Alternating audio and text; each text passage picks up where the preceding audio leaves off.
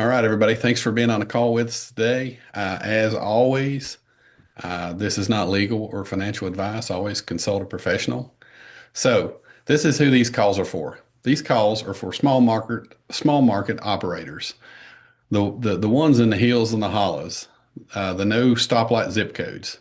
We believe that if it'll work in the coal fields of West Virginia, it'll work anywhere in America.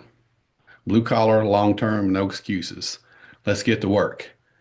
We got our guest today, Miran. He's from the Toledo, Ohio market, but he is in Florida, so he's doing a lot of different stuff. So without further ado, Miran, go ahead and kind of give us your bio and tell us what's going on, man. Yeah, thanks for having me, guys. I really appreciate it. Yeah, my name is Mihran El-Refai, or you guys can just call me Ron. I am local to the Toledo, Ohio area, and I do wholesaling and fixing and flipping here locally in my market, and as well have a secondary market in Northeast Florida, where we're just primarily just doing wholesale and land deals, and just a secondary market like that. And started, it's been over 5 years since I started and created East Blue Properties, which is my company. And yeah, I've spent, I'd say, 3 of those 5 years virtual for the most part, and started fixing and flipping around 3 years ago. And I started off just as a wholesaler and just kind of just built my way through that into fixing and flipping, and now I'm at the point where I'm kind of a hybrid of both, and here to share all that I know, if I know that much. All right, man. Well, thanks for being on the show with us. We really appreciate it. And you sound a lot like us. Is a lot of people in smaller markets. We have to do several different things. It's hard just to be a sometimes maybe just a wholesaler or a wholetailer or a flipper, fix and flipper. So, Yeah, you've got to do a host of different things, and we do that as well. We do creative deals. We do some sub two. We do wholesaling. We do you know. Some hybrid type stuff. We do fix and flips, but you've got to kind of do that in these smaller markets, to really be successful because you never know what kind of deals is coming along. absolutely, absolutely. That's one thing that I learned too when I was first starting wholesaling. I was realizing that I was trying to, the reason I got into virtual markets was because I thought that my market was too small. And so I was checking out like other like different markets to see which ones made sense so I can go get more deals. But sometimes, especially like when you're in these smaller markets, it's not like you're in California where you can get like a $50,000 wholesale deal. Those are possible, don't get me wrong, they're definitely possible, but they're much less frequent.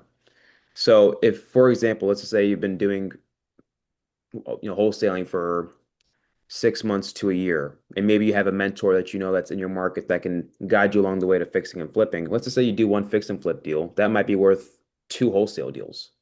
And so you essentially did two wholesale deals with one deal.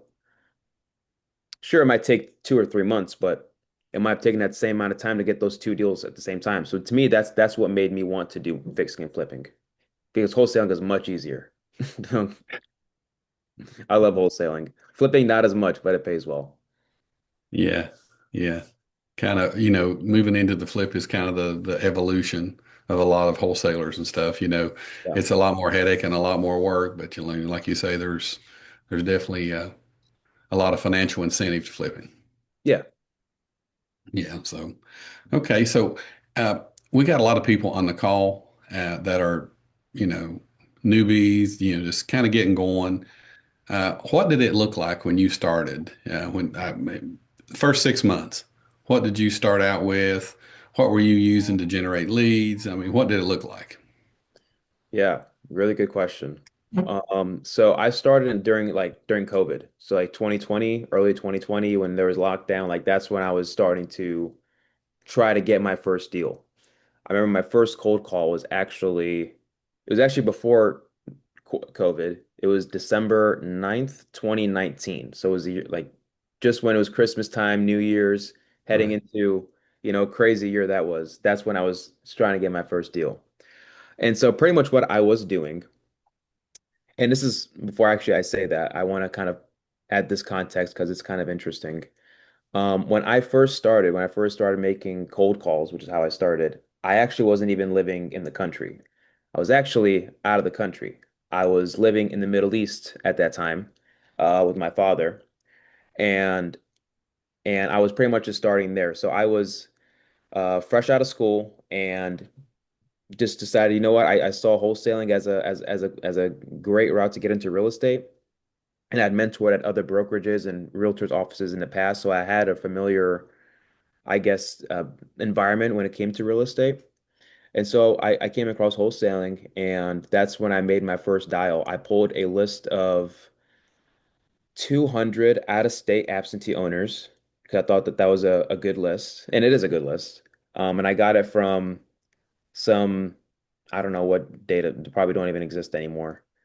Um, just started making cold calls. And I literally, what I did was I took that list and I comped all the properties on that property first before making my very first call.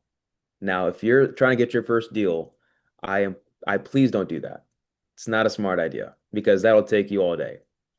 Um, but that's what I did because I thought I had to like have my numbers ready and all that before I made a cold call, and I was overthinking it to the max. And so that's how I started. And eventually I came back to the States and I just kept the consistency going. And it took me about 5.5 months, so just under 6 months to do my very first deal. And it was actually two deals in the same month. And and one of them was actually a JV deal. The first deal was actually a JV deal. It didn't even come from my efforts of cold calling, which I thought was kind of wild, but God works in mysterious ways. And then my second one came from that list. So it was an out-of-state owner, and he had multiple rental properties in the area. And this was right when COVID was going on. And he pretty much he sent me like a list of properties. He had one of them, which was in actually the exact same street where my first property closed. So I had two properties. My two very first deals were two separate sellers, but on the same street, and both of them were. I made a total of almost $7,000 on those two first deals, and then just kept going from there. Nice. So you weren't even in the country when you started No, making your first call. I was in the United Arab Emirates, living with my sister and my dad. Yeah. Right. So it can be done from anywhere. Yeah. Yeah. So Yeah. during that time, I was out of school and I was kind of just traveling that region of the world. So I'm from Iraq. So I was living in Iraq for a little bit of time. And then my sister lives in the Emirates. So I visited her, and that's actually where I started. So it's a 9 hour time difference. So long story short, I would start my calls at midnight and then would call until like 3, 4 o'clock in the morning and then go to sleep during the day. And that's how I was operating my business.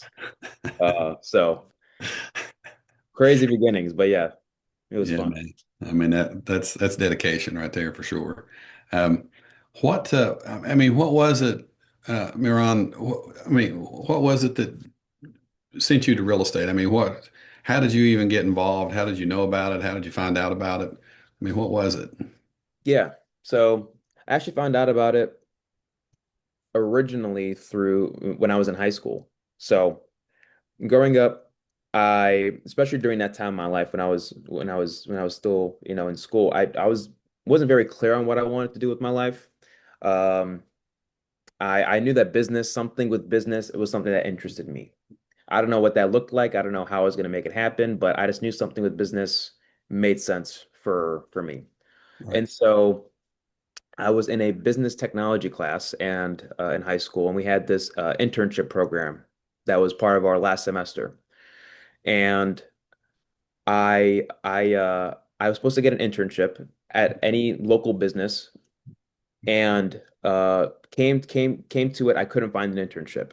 I wasn't the best student, also, mind you.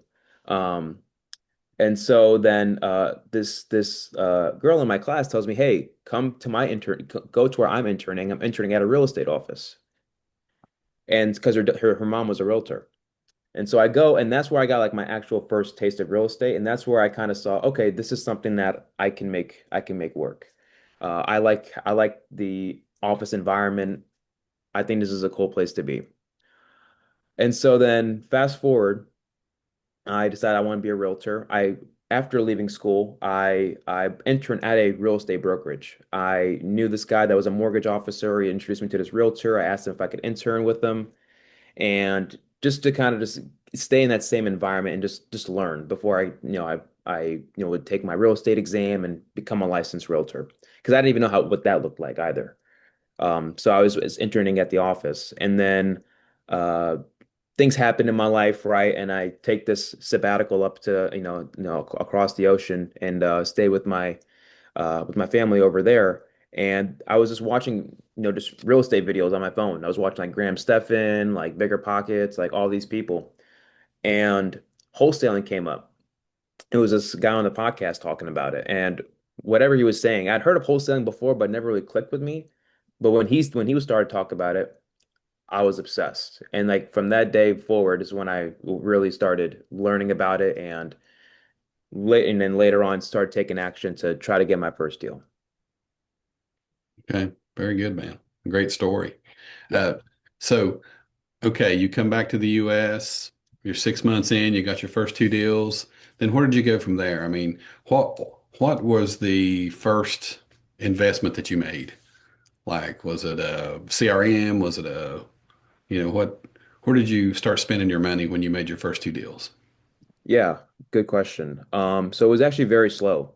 I mean, that first year, year and a half was honestly very slow. And I couldn't really pin a reason as to why at that time. Um, Looking back at it, what I could share was I was not really leveraging systems like I should. I'm someone that can put in the work, but when it came to having systems and things of that nature, I wasn't really leveraging them in the way that I should. I should have. So the first thing I did when I was noticing this was I immediately got a dialer. If you're cold calling, I mean, a dialer is, I mean, it's a must have. I mean, I was not calling with a dialer, and that's why it was very, very slow for me.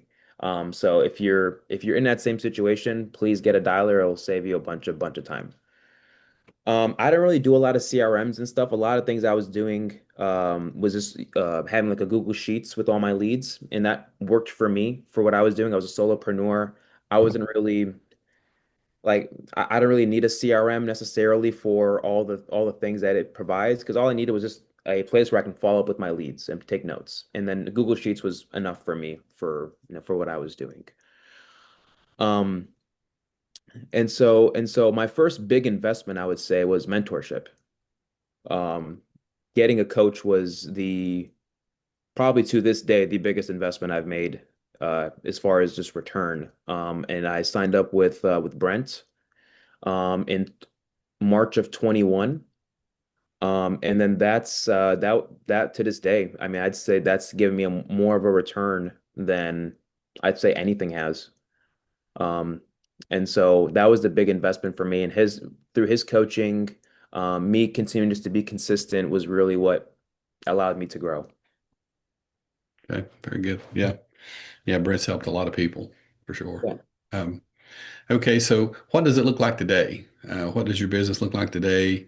Um, how many people do you have? Do you use VAs, CRMs? What's it look like? Yeah, so today it's very lean, I would say. Part of that reason is because we actually had quite a few VAs. I think the most that we had at a time was like five. Um, and then we stripped that down. And honestly, we're using a lot of AI. AI has been helping us out a lot. Um, and I can share a little bit of what we're using with that. But our CRM that we use today is Go High Level. I think that's the best CRM for anybody to use just because it's really easy to use and pretty much all the tools, all the everything that you need is very easy to navigate within that CRM. So that's what I use. I used to use Podio, but Podio to me is very clunky. And it's very hard if you're trying to build your own kind of systems and campaigns. Go High Level just as someone that's not a CRM builder, I was able to build out my own CRM and it did not take that long. So save me a couple $1,000 trying to have, pay someone 5 grand for a CRM. Um, so that's what we use. We still dial. We've drifted our efforts from direct to seller when, as my first story about my first deal was, to actually now we're going direct to agent. Um, and we've been doing that here for the last year and a half. Full time. We used to be kind of a hybrid, but now we're just doing full on agent outreach, and that's been really, really great for us. And so my team today is just me and one other person. It's me and my brother, and I pretty much handle acquisitions and this kind of like admin, like lead management kind of stuff.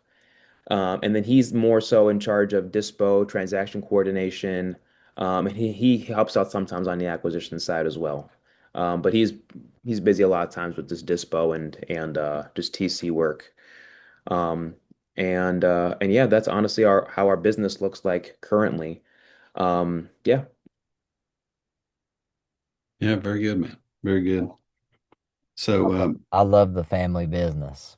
yeah. I've been quiet over here, so I've been listening to you guys, but I love the family business. Was that always, I know it wasn't always the plan to do real estate, but once you started doing this, was that always the plan to keep it small like this? To keep it instead of building a big, huge team? I was very unclear with it as time went on. But now that I am at this stage of my business, I think that that is kind of what my goal is. I would much rather have a healthy profit margin than have a big gross amount. Um, and I'm not saying you can't have both, but I'm saying if I was to choose, I don't want to spend, you know, 50,000 in a month to make 70,000. I'd much rather it just be a better margin business and just a healthier profitability, healthier profit business. And so I don't really have the desire to have a huge team if that's not what that stage of my life requires. Um, and so right now, I mean, just me and my brother were able to push out, 4 deals that were closing just this month. And so that's been good for us. go Yeah. ahead, Travis. No, that's awesome. I was just asking that as soon as you said you and your brother, I just wanted to ask that question because, Yeah. I hear a lot of people, that want to involve their family, and I think that's motivational. That like, here you go, it's really happening. You can do it. Yeah. So yeah, how are you guys? And I want to keep going back to your story and everything, but how do you guys manage right now in Ohio? In Ohio with the disclosures, like, can you talk a little bit about that? We talked a little bit about it last week, but I'd like to know like how you're operating, and has anything changed for you? So the law is not even going to be enacted until next month. So pretty Okay. much for now, everything is still the same until next month. Um, but for that, I definitely have things planned to still be in this market. We're just gonna be doing a lot of double closings. I think it's gonna help us focus on bigger deals. Um, and honestly, my purchase contract already has an assignability clause in it. So we were all, and we always, when we're talking with sellers, we always, if we have a direct to seller deal, we always talk with them and mention the fact that this contract is assignable and what that means. So that hasn't changed for us in a very long time. And if it's now a entire form that we need, I mean, I think it's not that big of a change. Yeah, I think it might scare some people out of the market, but it just means that we're just going to stay here and there's going to be less competition. I mean, it's not something that I'm too worried about. Okay. I want to go back to you said you were doing a lot of agent outreach, and we do some agent outreach and have had some recent success with that. So tell us what you're doing with that. How do you do that? Yeah, so I gather a list on either batch leads or prompt stream of agents in the area in my local market. How I like to filter it out is I like to gather a list of agents that have closed a any real estate deal in my target market within the last 12 months. That'll give me the most active agents and the freshest list of agents. And I pretty much just cold call through that list. We put it through a dialer. And then we just dial through that list. We text it as well, um, and pretty much just do outreach to that list and just pretty much just introduce ourselves and have a um, a very just direct open discovery call, like, hey, my name is Ron.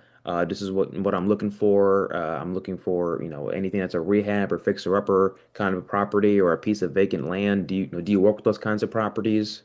And just kind of get to know more about what they do if they work with those kinds of investors, and then just create a long-term follow-up with them. And you're not going to get a deal most likely on the first call, but after the second, third, fourth follow-up and so on, if you're calling enough agents and you have a built-up pipeline, you're going to get a deal after you start following up with these agents. And we also do stuff with the MLS as well. We have we use Privy, which helps us find and get a list of daily alerts for MLS listings that fit our criteria. So we call and make offers on the MLS as well. So I'd say it's a hybrid between those two things. Okay. Yeah, we've been doing some agent outreach and have had some pretty good success, which I come from that world. So I was at a continuing education, a real estate fair the other day with, I don't know, there was two or 300 agents there Okay. getting their continuing education. And So cool. I was telling Travis, it was like, I don't know how many deals and how many people that I talked to, that we've done business with that I know that had this. Oh, I need you to have you come by and take a look at this property and that property, and I'm like, hey, I'm here. I'm here. Let's go. Yeah. So agents are such a great source, readily available if you can build a relationship with them. Yeah, and the good thing that I like about it is you can continue to have a relationship with an agent. They can keep bringing you more and more deals. Whereas if you're going direct to seller, once you close on that property, pretty much never talking to that seller again. Right.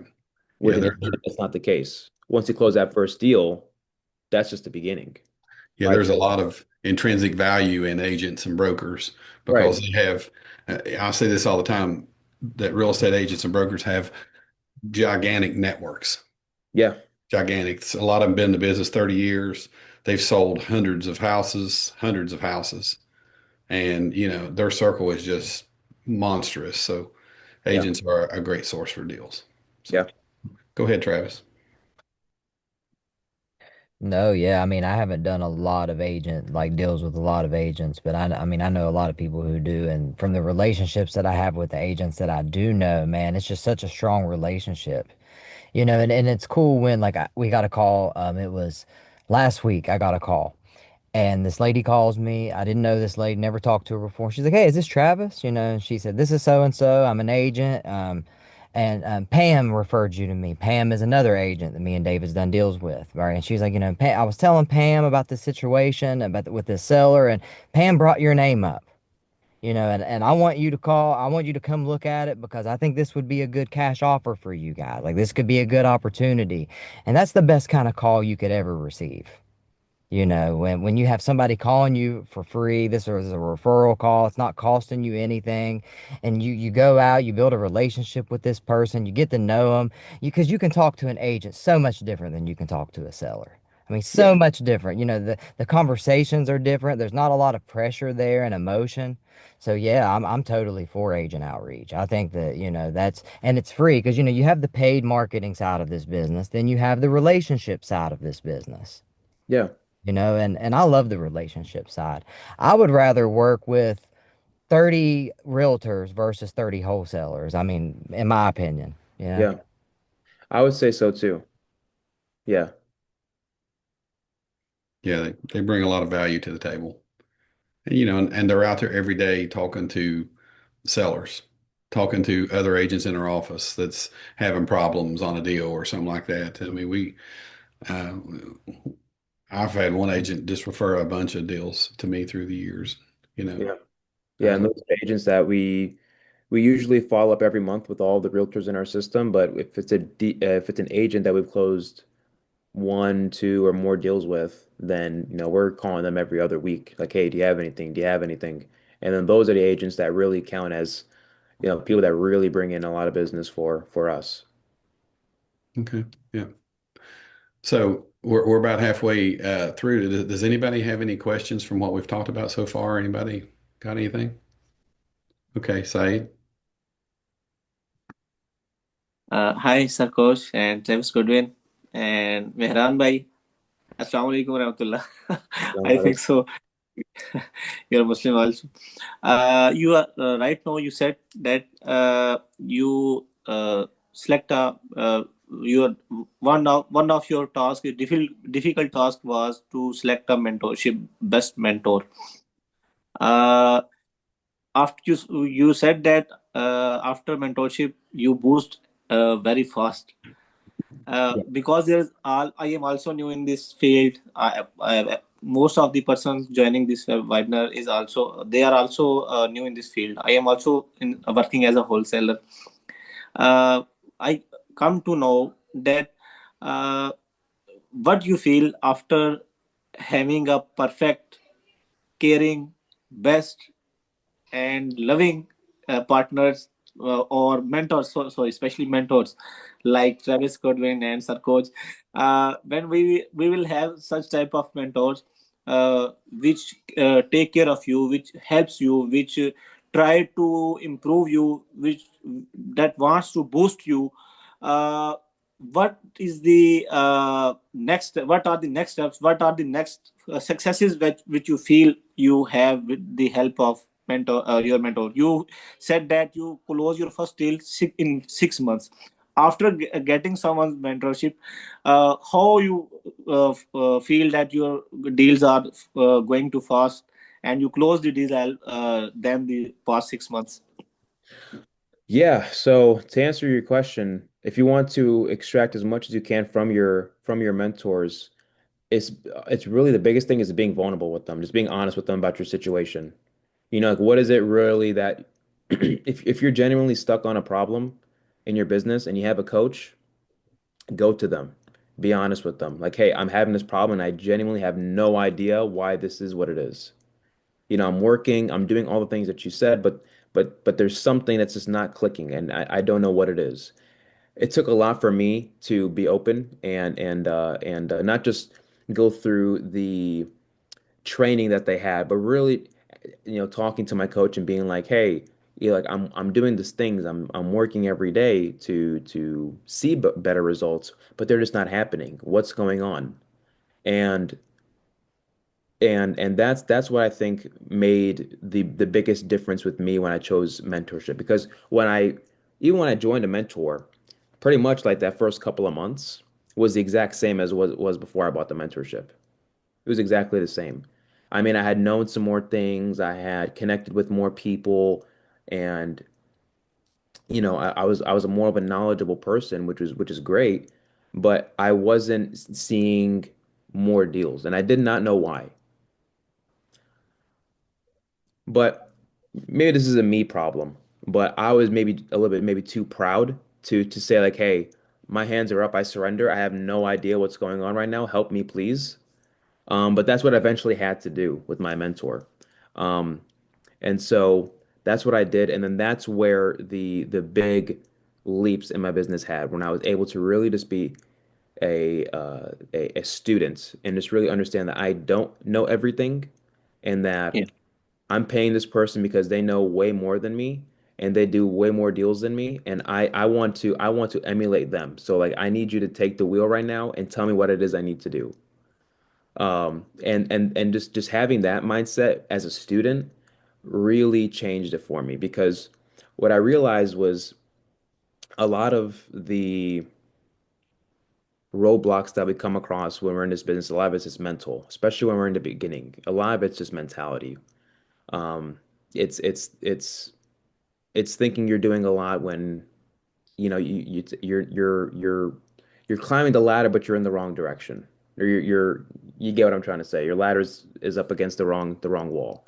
Um, and so that was something that I had to learn through mentorship, and that taught me not only how to be a better wholesaler, right, but also just to be a better coach. So the next time I am investing into mentorship, because mentorship doesn't just end there, right? You keep investing into mentorship, you're able to get the highest value of that mentoring and of that coach. Thank you very much. Yeah, thank you. Ramadan That was Mubarak. that was a great answer. Ram Um, Mubarak. That was good stuff. That was a good answer because I feel the same way. Because when we start getting into this, we no matter if we're new or not, like we have those, well, I can do this, and I don't got to listen to this all the way. Like I can do it a little differently, but you got to do exactly what they say, and you got to be vulnerable, and you have to speak out and say, I'm really having a hard time, and what am I doing wrong? You know. Right. So yeah, I love it, man. I think that was great. That was a great answer. How much like are you actively doing mentorship?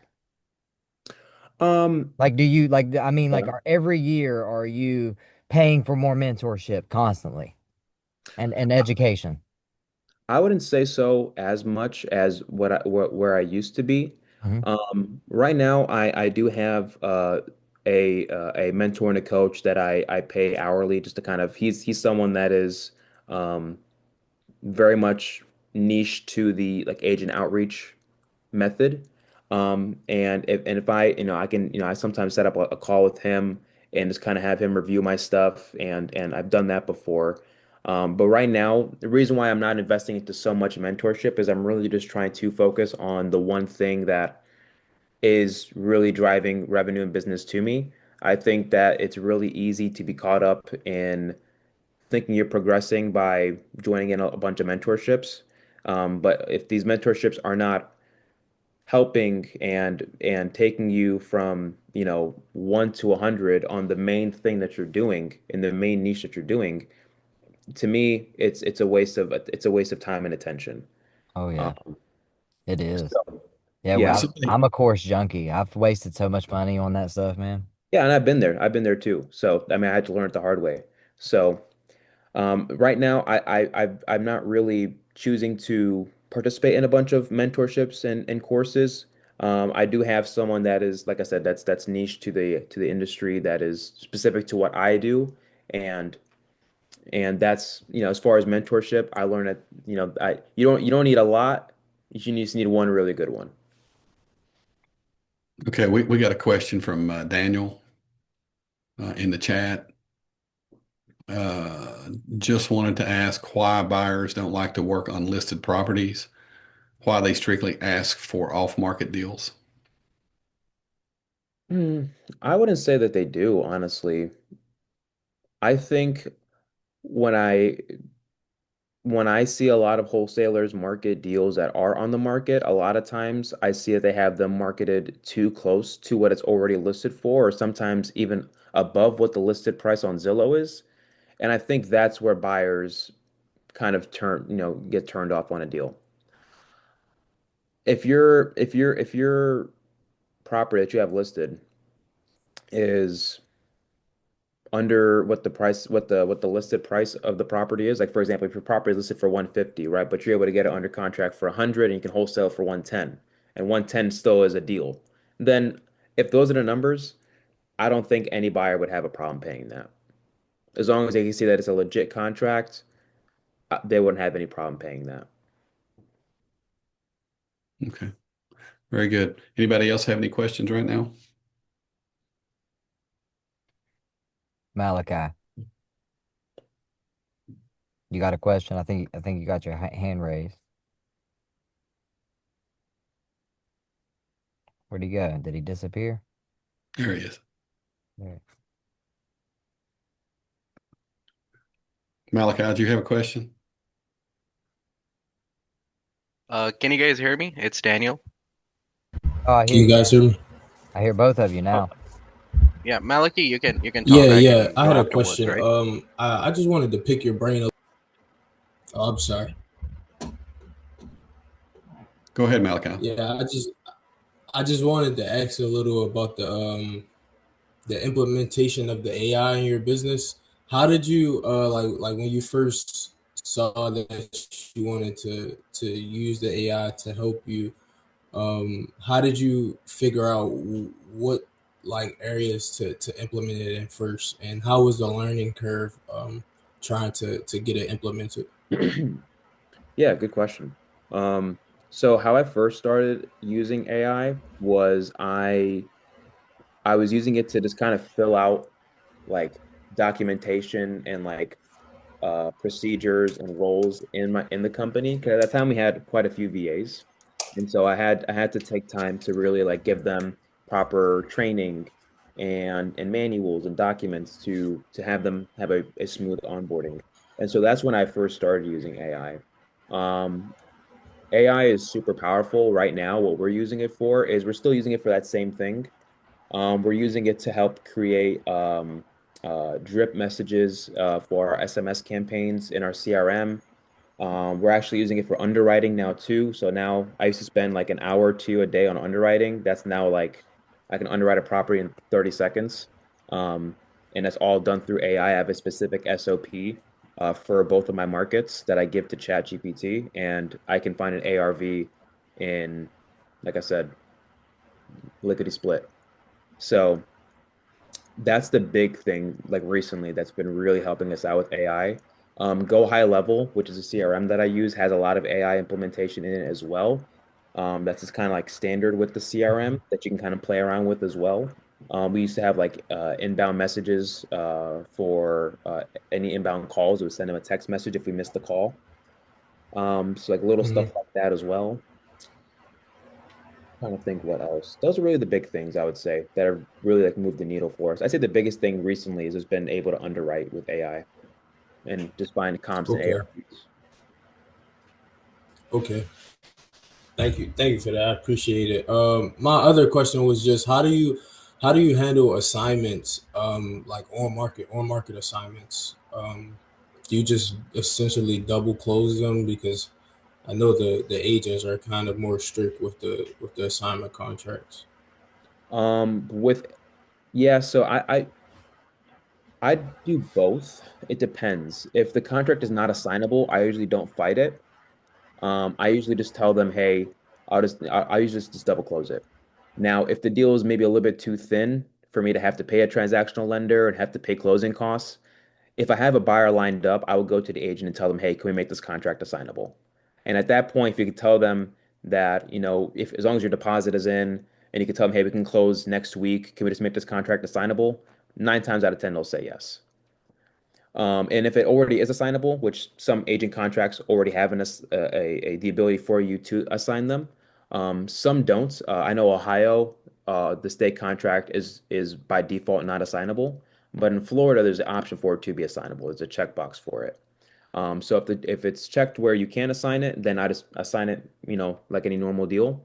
If it's not, then I will double close it. In the rare instance where it's too much of a skinny deal to double close it, then I will just ask for an assignment and just try to get the deal done.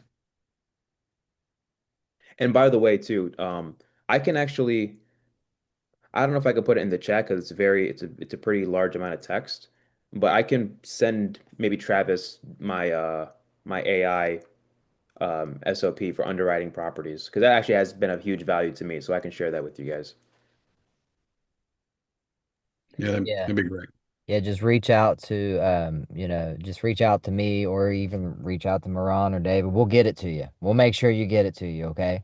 Um, so I see there's a couple more questions. So maybe off subject when dealing with off-market deals, how are you ensuring you're not exposing yourself to liability in case the property doesn't close or the buyer backs out? That was Jamie that asked that question. Um, we've had that happen before. If we get a property in a contract with an agent and we if you're talking about liability, maybe you're talking I'm not sure what you mean I, necessarily by that specifically. If we put like our earnest deposit down and then the buyer backs out, usually it's before our inspection period ends. If it's before your inspection period ends, you can pretty much escape any liability pretty easily. Especially if you have a valid reason like that, which is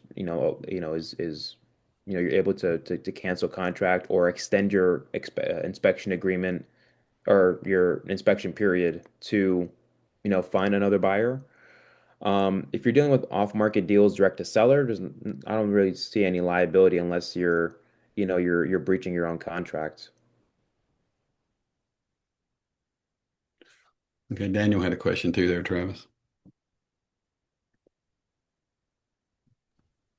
are you using Go High Level for your SMS campaigns? Yeah. So you just set everything up to the go high level and it just has the AI sending text for you. So let me ask you, because I don't use that. I don't have AI doing text for me or anything. So I'm curious. So, do you have it to a certain point? Does it know when to stop and let a human step in? Yeah, so you can build it out to where it'll send like it'll have like, a multi-level like text thread where it's texting them for days. I don't Mhm. have that. I Yeah. usually just have it depending on when they answer, at least two texts. Um, if we're texting agents specifically as like if we're doing outreach, it's usually just an intro text and a follow-up text if they don't answer, and that's pretty much all that we do.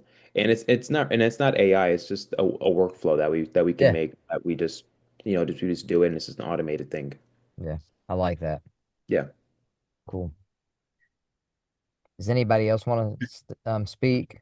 Daniel had a question. Yes. Yes, thank you so much, Coach and Travis. So, first of all, I'm really grateful to be here with all of you guys right today. A couple of days back, I got in touch with Travis over Facebook, right? So, the company's name is basically Pro Deal Makers, right? And at that time, like I wasn't too sure if I'm talking to AI or, like a real person out there. So, like because AI is all over there. So, I actually replied back, but Travis being a busy guy, right? So. I'm lucky to be here today, right? So thank you. So I just wanted to understand, like, basically we are located overseas, right? And I personally have been working with realtors all over the US since like 2019. So in the beginning, we were like just working on providing them listing appointments, right? And referrals. That way, we were just working and just like jumped into wholesaling last year. All right.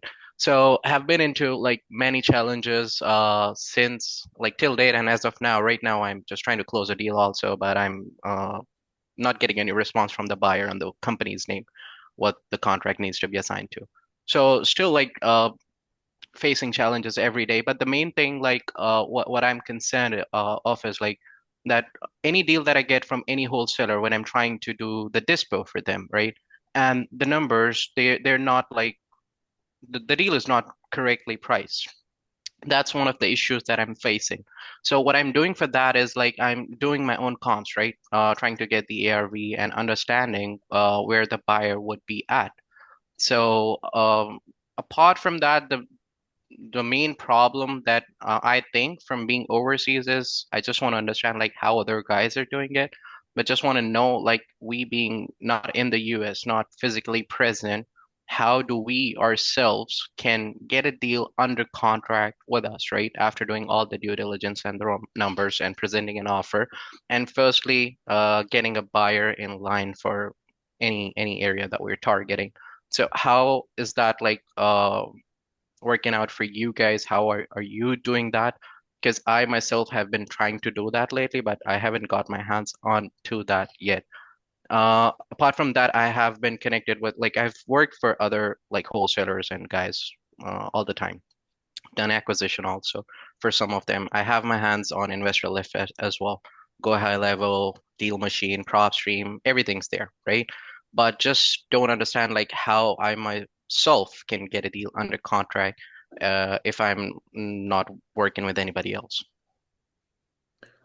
Are you trying to do direct to seller?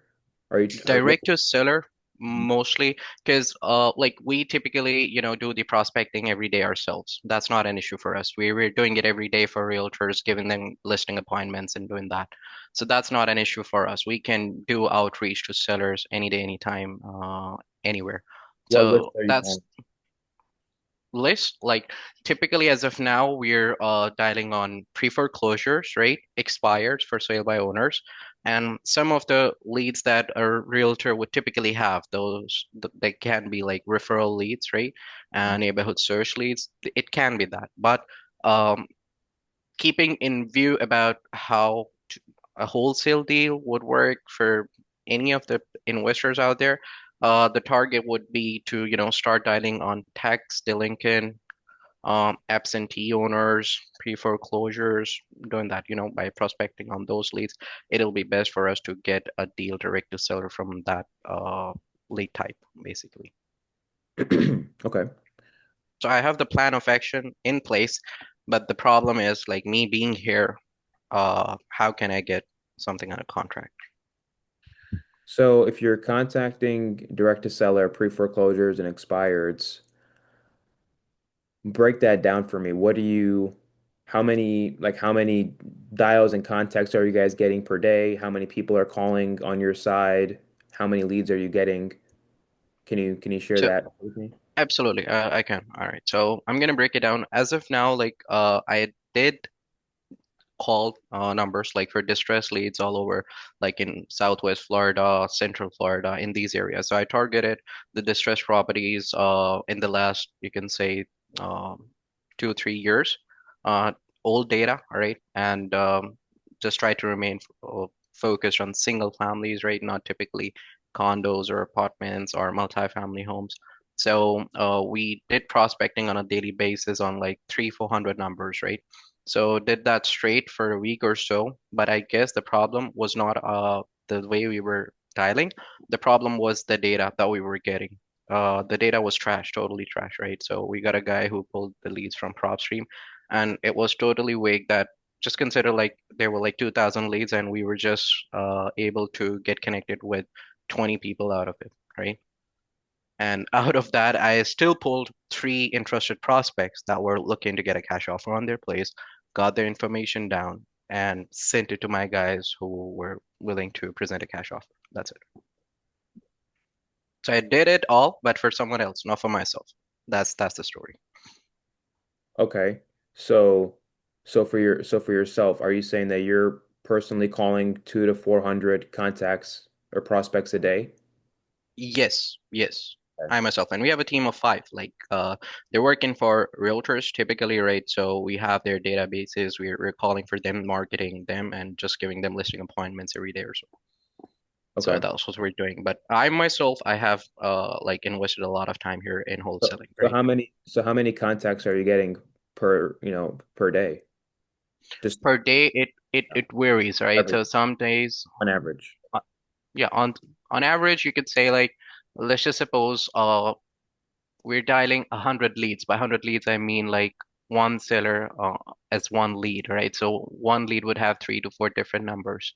So typically, on average, we're dialing, you could easily say like 150 or 120 leads per day in each state where we are working with those realtors. That All right. just And you, or for is that all five people making that many contacts, or is that just you? each single person is making that many contacts, right? But I myself, I'm just like focusing on wholesaling. Okay, so you're making 150, I guess, dials to individual sellers, right? Yes, yes. And I do get interested prospects as well. But all I could do is like send it to the wholesalers that, hey, I got this lead for you. You can talk to them and see if you can get them locked up in a contract and get the deal. So like the reason I'm asking all of these questions because I want to see like where there might be the bottleneck. Because if you're telling me you have a healthy contact rate and you're calling enough people and you're getting enough leads, but it's still not leading to a contract, then it might be a different conversation of Mm, as My it guys, the like wholesalers that I send the deals to, right? Whatever lead that I got, right? I sent it to them. They got it. They closed it, right? They have a success ratio. The thing I'm asking is like, yeah. how can I myself do that, right? I don't have a transaction coordinator, right? You don't need I one. don't have, sorry. You don't need one. You don't need a transaction coordinator. You don't need, all you need to do is make calls, have offers, have conversations. Like I think what he's asking, like, or more I was trying to say is like, it's all about your contact rate. Like Yeah. you see the systems that these people have in place. They have the transaction coordinators, but you're your transaction coordinator. Right now, you're Got starting out, you're going to play all the different parts. So I'm just trying to make sure that I understand this. So it sounds right. like what you're saying is so far you've had success with marketing and you've brought other people deals that they have closed, but you want to do this Absolutely. yourself now. You want to Yes. you want to make assignments. So yeah, man, you got to pull the same list. You got to have these conversations. I look for at least 10 meaningful conversations a day. Mm-hmm. Meaningful conversations doesn't mean, hey, I called you and you're interested, maybe call me later. It means, hey, I'm interested, let's have a conversation. If you can have Okay. 10 of those a day and you're structuring your conversation, you're getting to people's issues and problems, and you give them a solution and an offer, it's really hard to Mm-hmm. lose. Eventually, Okay. somebody's going to tell you yes, and you're going to get a contract. Yeah. That's my opinion. I mean. Yeah. 10 Exactly. per And hour is a good oh, number for sure. because like people ask, like obviously, I haven't done that yet, and just wanted to ask, like, because when a deal gets under contract, they put money in the escrow to, like get it assigned to them, right? So, for me being overseas, once again, how would that work out for me? How to do the next steps once I get someone I mean, interested? if you're going direct to seller, it's really easy just to have your buyer do the EMD. I mean, just being upfront with you is what a lot of people do.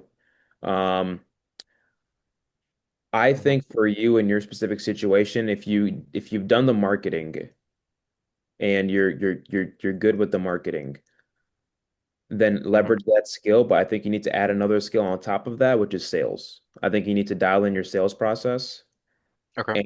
and that's what's going to actually help convert these leads. Because it sounds like you're able to get leads for other people and they're able to go close them. I think now you need to figure out how to close these leads yourself. So I think you need to build a process for yourself to where once you make a contact with the seller and they're an interested prospect, how do you take them from there? I've done the closing part too. I've done the closing part too. Like what I do is, like, let's just say that there was an next property, all right, and we see that one of the buyers, the buy boxes that we got, this deal fits to them, all right. So we try to, get the maximum information out of them, present the numbers, what the buyer is comfortable paying for this, all right, and I've done that all, right. So I've done the closings as well, negotiating on the prices, what the terms would be, how the contract would be drafted. I've done everything, but not for myself. Okay, That's what I say. that's still, I mean, it doesn't really sound like much of a sales conversation you've had with them, though. It sounds like you're more of like an administrative person for the for the actual closer. I would You can try say that, to, yeah.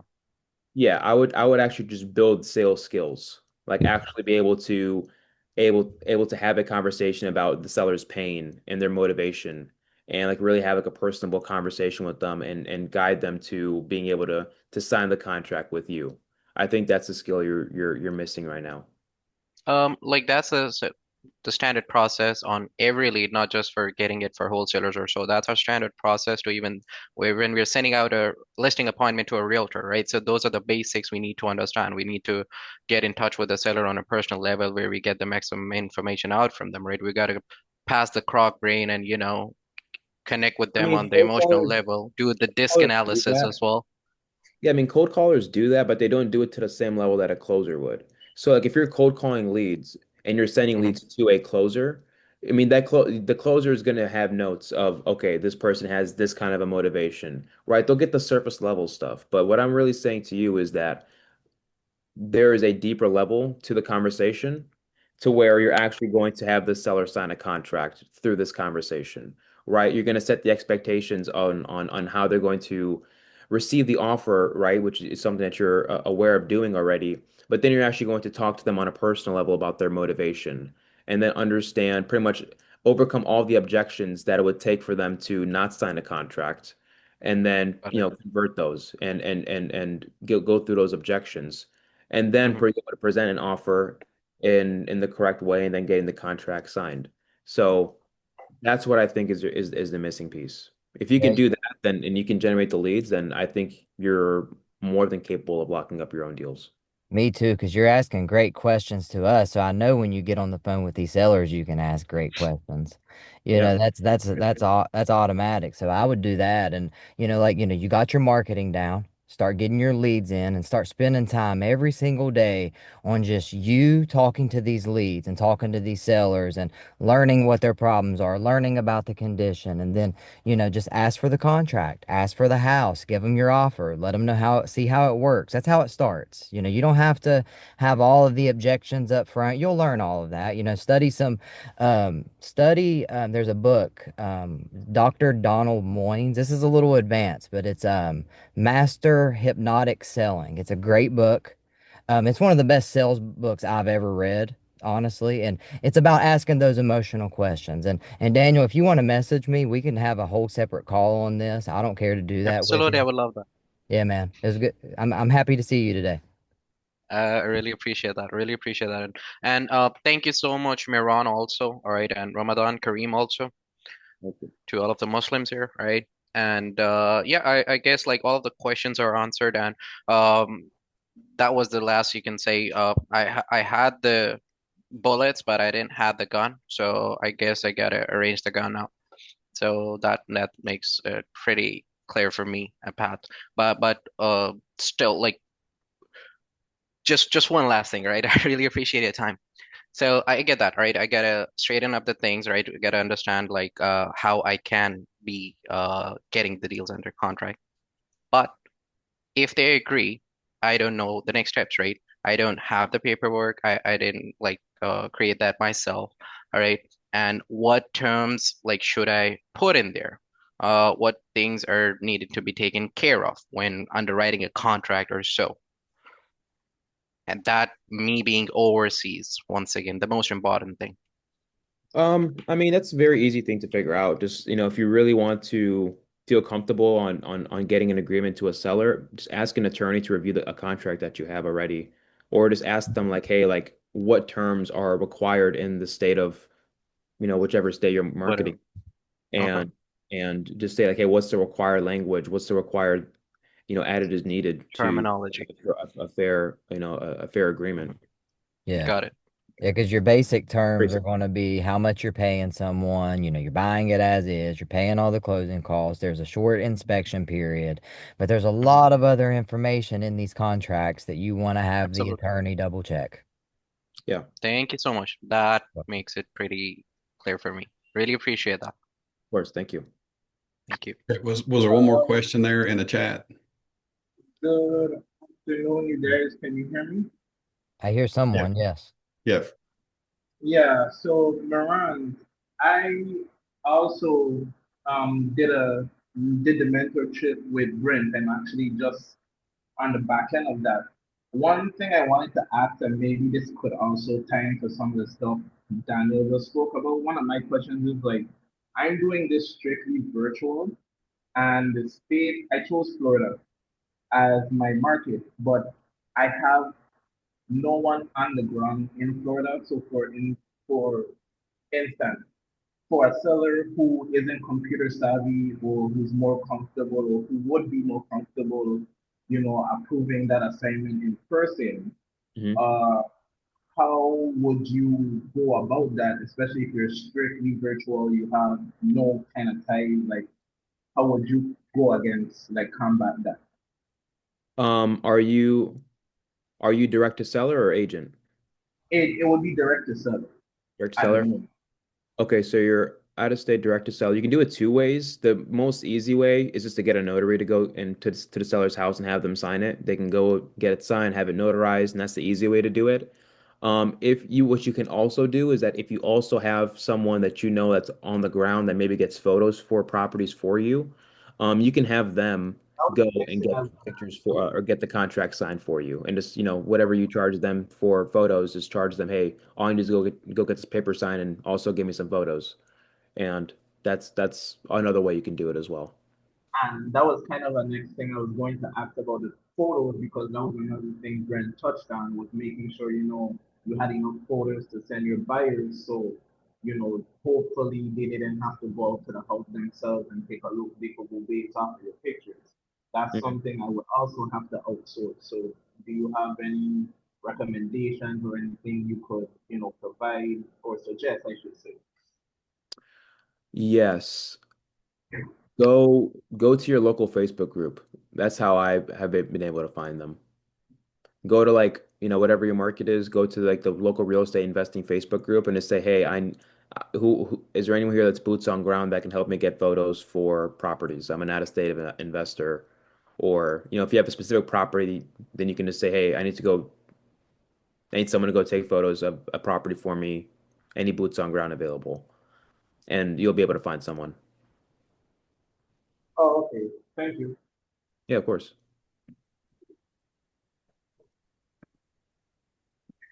All right, I think that's it, right? No more Yeah, that's it. questions.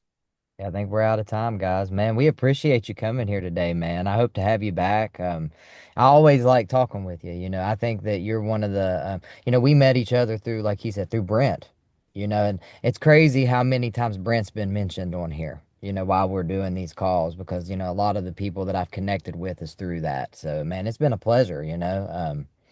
I appreciate you. And David, if you just want to, tell everybody goodbye and lead us out of here, I All appreciate right, y'all. Ron.